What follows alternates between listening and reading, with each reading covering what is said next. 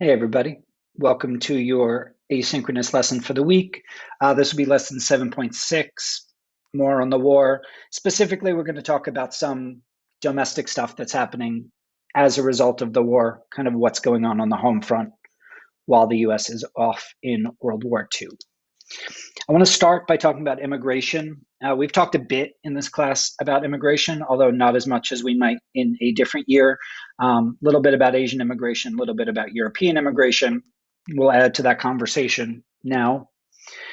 So, Japanese internment is going to remove tens of thousands of workers from the American labor force. The number we used in class was 100,000 people put in these internment camps. Even if we assume some are children, some don't work, that's still tens of thousands of people who were working and now can't.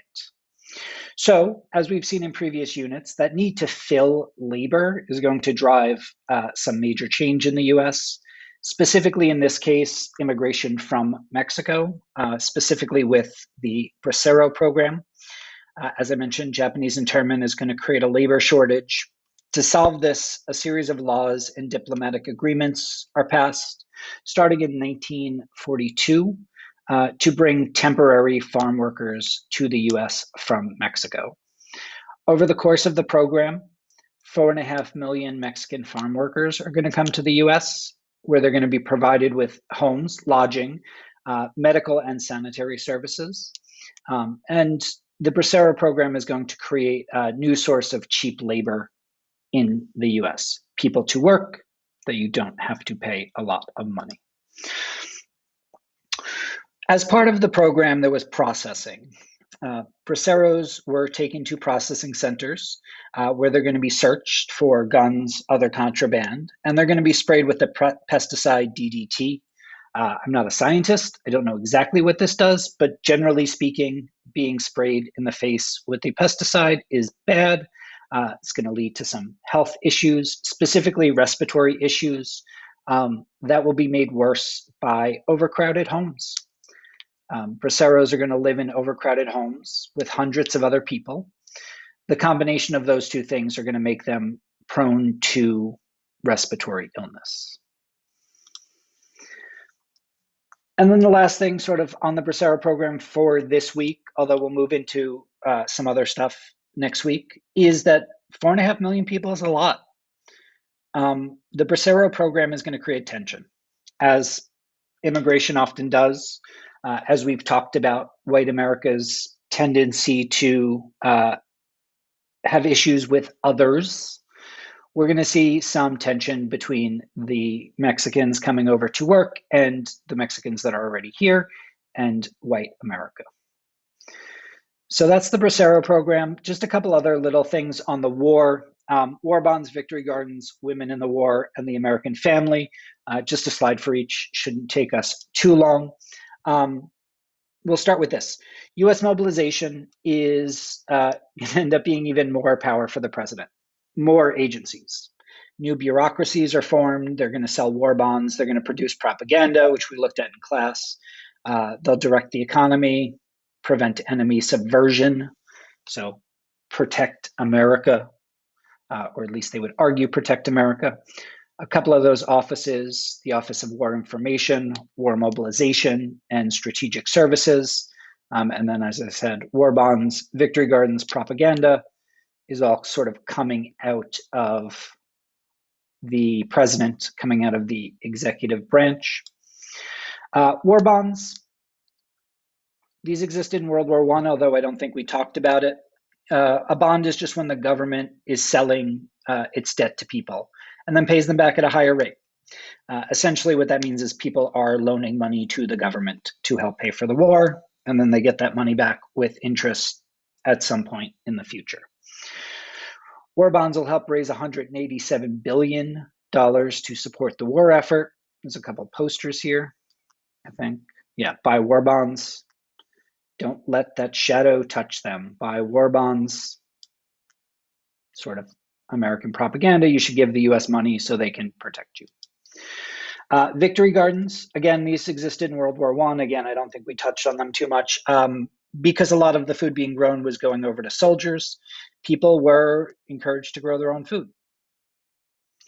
grow your own, can your own, take care of yourself so that, the soldiers can eat, kind of thing.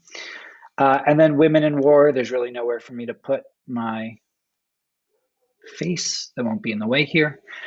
Women will serve in the armed services. 350,000 served in the military, specifically their own kind of organizations or units, however you want to put it. Women's Army Corps, WAC, WAC. Women appointed for voluntary emergency services, WAVES. Women being asked to, if you look at this poster, do like work in factories, do the job he left behind. And then the famous Rosie the Riveter, just like World War I, women are asked to join the workforce while men fight. 37% of the workforce was women by 1945. And then as consistent with America, they're going to earn a lot less than men, 65% of what men earned. And then I think this is our last slide, just a couple facts about American families. Marriage and birth rates are going to increase during and after the war. The baby boomer generation, because there was a boom of babies, as a lot of people had babies after the war. Divorce rates will also start to go up, and high school enrollment is going to decrease, all happening right around World War II. Okay, this is actually the last slide. Legacy of the war, restoration of US prosperity.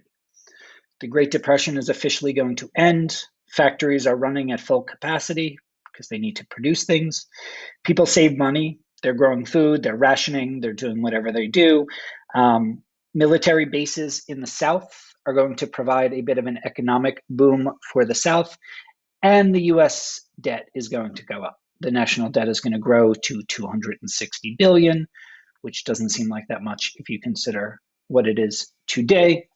And then the other really big effect of World War II is this idea of the creation of a global order. The United Nations is going to be created.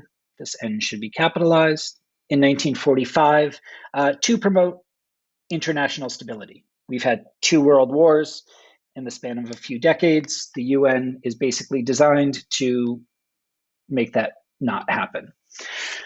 5 permanent members of the UN: US, the Soviet Union, Britain, France, and China. Only thing you need to know about that at this point is that any of these countries can veto pretty much anything on the UN. So anything that the UN does, all of these countries need to agree. The Yalta Agreement comes out of World War II, rebuilding nations conquered and destroyed by Germany.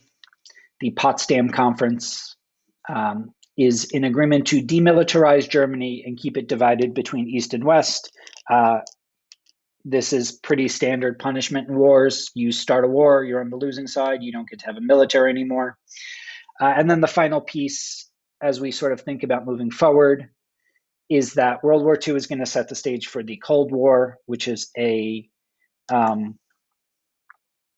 multi-decade competition, I guess we can call it, between the US and the Soviet Union. It never becomes a hot war. Nobody ever fires, but it is at times as close to a real war as you can possibly get without actually being a war. And that's it. So you'll have a viewing guide, finish that, and I'll see you all in class next week.